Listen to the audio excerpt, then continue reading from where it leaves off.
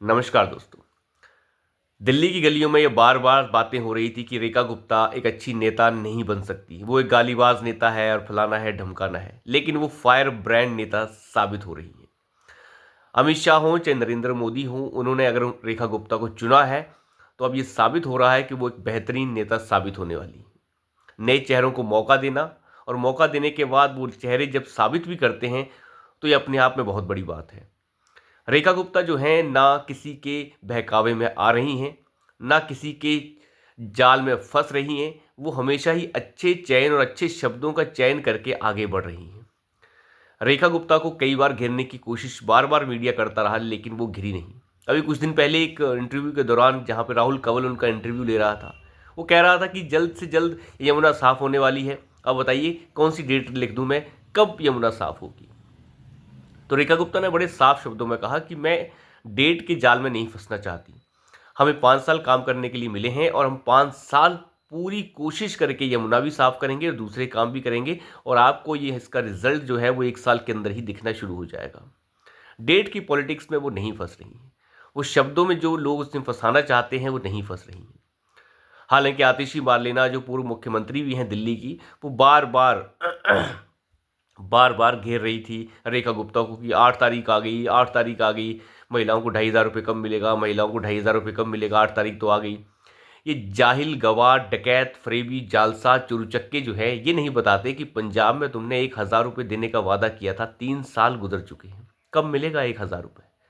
ये डकैत इतने शातिर हैं, इन्हें लगता है कि जो ये कहेंगे जो ये बोलेंगे वैसा ही होगा। आखिर भाजपा से इतनी एक्सपेक्टेशंस बहुत ज़्यादा है, इन्हें लगता है कि भाजपा ने कुछ बोला है तो वो तो पूरा होगा ही। तो बिल्कुल पूरा होगा। देखिए 2,500 रुपये महीना देना एक अलग बात है, उसे दिया जा सकता है, नहीं दिया जा सकता है, वो सरकार देखेगी। लेकिन अगर उसे कहा गया है देना है तो वो दिया ही जाएगा। लेकिन उसके लिए पूरा प्रारूप बनेगा किस महिला को देना है, किस महिला को नहीं देना है, कौन सी महिला इसके अंदर कैटेगरी में आएगी, कौन सी नहीं आएगी, और दूसरी बात उसके लिए उनका पूरा का पूरा डाटा इकट्ठा किया जाएगा। ये सब चीज़ें होनी बाकी हैं अभी, और ये शुरू भी हो चुकी हैं। लेकिन आम आदमी पार्टी को तो अपना हंगामा करना है कि 8 तारीख तो आ गई, 8 मार्च आ गई, 8 मार्च आ गई। देखिए उन्हें पता है कि 8 मार्च को ये नहीं दिया जा सकता, क्योंकि इसके लिए बहुत सारे डाटा की कलेक्शन की ज़रूरत पड़ेगी, सिस्टम बनाना पड़ेगा। लेकिन फिर भी बकवास, उन्हें पता है कि हमें तो सिर्फ बकवास करके ही हमारा काम चल सकता है, इसके सिवाय कुछ नहीं। लेकिन रेखा गुप्ता ने जिस तरीके से कार्यक्रमों का आयोजन किया अभी 2 दिन पहले, अंतर्राष्ट्रीय महिला दिवस के दौरान उन्होंने सारे सबकी मीटिंग्स भी ली। बहुत सारे मीडिया कर्मी जो थे, जो महिला मीडिया कर्मी हैं, उनके साथ भी उन्होंने मुलाकात की, और ये बहुत अच्छा सा प्रोग्राम एक उन्होंने किया। लेकिन अंतर्राष्ट्रीय महिला दिवस के ऊपर उन्होंने एक मीटिंग अपनी कैबिनेट की भी की, जिसमें एक नई समिति उन्होंने बनाई है, एक कमेटी बनाई गई है, जिसमें प्रवेश वर्मा, कपिल शर्मा, गृह मंत्री जो हैं दिल्ली के वो, और खुद रेखा गुप्ता इस कमेटी को हेड करने वाली है। उसमें ये डिसीजंस लिए जाने हैं कि कैसे महिलाओं को 2,500 रुपये महीने की जो किस्त है वो दी जाएगी। हालांकि इसके लिए प्रारूप बनाया गया है कि कौन सी सेक्शन को ये पैसा दिया जाए, यानी इकोनॉमिकली बैकवर्ड सेक्शन को दिया जाए या फिर किसी परिवार की 2 महिलाओं को दिया जाए या एक महिला को दिया जाए, क्योंकि इसके ऊपर सिस्टम बनाना होगा। ऐसा नहीं हो सकता कि परिवार की हर महिला को पैसा मिल जाए, और दूसरी बात, चाहे वो गरीब हो चाहे अमीर हो तब भी मिल जाए। जिसे ज़रूरत ही नहीं है 2,500 रुपये की, उसे देकर क्या फ़ायदा। तो ये चीज़ें अभी इन चीज़ों के ऊपर जो है वो काम चल रहा है, और मुझे लगता है 1-2 महीने के अंदर ये काम हो जाएगा।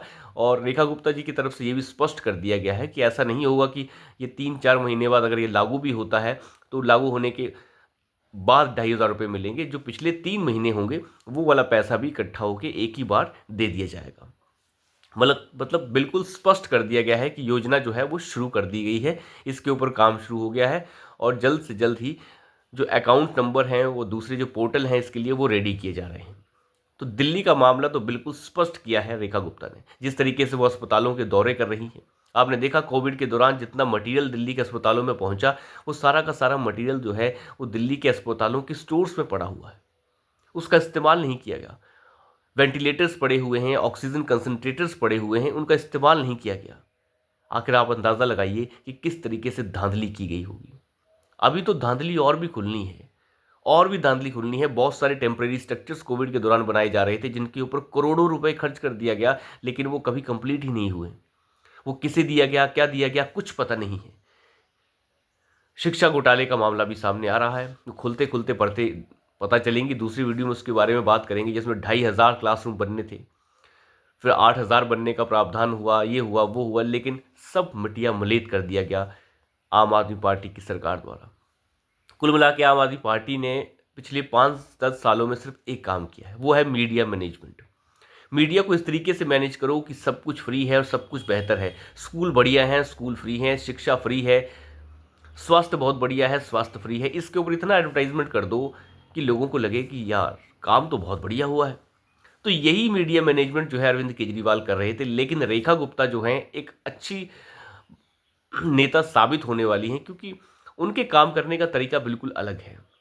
वो आके हर फ्रंट के ऊपर काम करने जा रही हैं, चाहे वो रोड्स का मामला हो, चाहे वो पानी का मामला हो, सीवर का मामला हो, गंदगी का मामला हो, पोल्यूशन का मामला हो। उन्होंने साफ कहा कि बगल में लगती हुई सारी की सारी स्टेट्स भाजपा शासित स्टेट्स हैं और हम चाहेंगे कि हम उनसे कोऑर्डिनेट करें और किसी तरीके का कोई पोल्यूशन वाला मामला जो है ना होने पाए।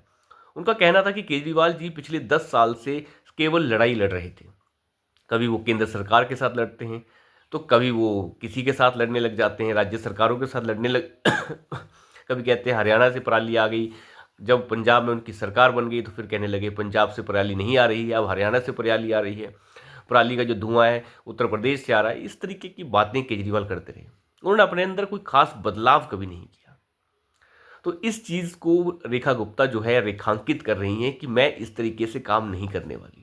पहली बार जो है गृह मंत्री के साथ दिल्ली के कैबिनेट और मुख्यमंत्री की मीटिंग्स हुई लॉ एंड ऑर्डर के ऊपर, ऐसा कभी नहीं हो रहा था। उन्होंने और भी ऐलान किया कि पुलिस थानों के अंदर जो है वो पिंक जोन बनाई जाएगी, एक तरीके से पिंक थाना बनाया जाएगा, जिसमें पिंक बूथ आप जिसे कह सकते हैं, छोटा सा पिंक बूथ अंदर बनाया जाएगा, जिससे कि महिलाएं अंदर आके अपनी एफआईआर लिखवा सकें, महिलाएं जो हैं अपनी जो किसी भी तरीके की पीड़ा है उसे बता सकें। तो वो भी उसका भी प्रावधान किया जा रहा है, क्योंकि महिलाएं कई बार बहुत ज़्यादा घबराती हैं अंदर आने से, पुलिस थाने में आने से। तो एक जो महिला बूथ या फिर पिंक बूथ अंदर होगा तो उससे उन्हें थोड़ा सा लाभ मिलेगा। तो अभी के लिए इतना ही, धन्यवाद।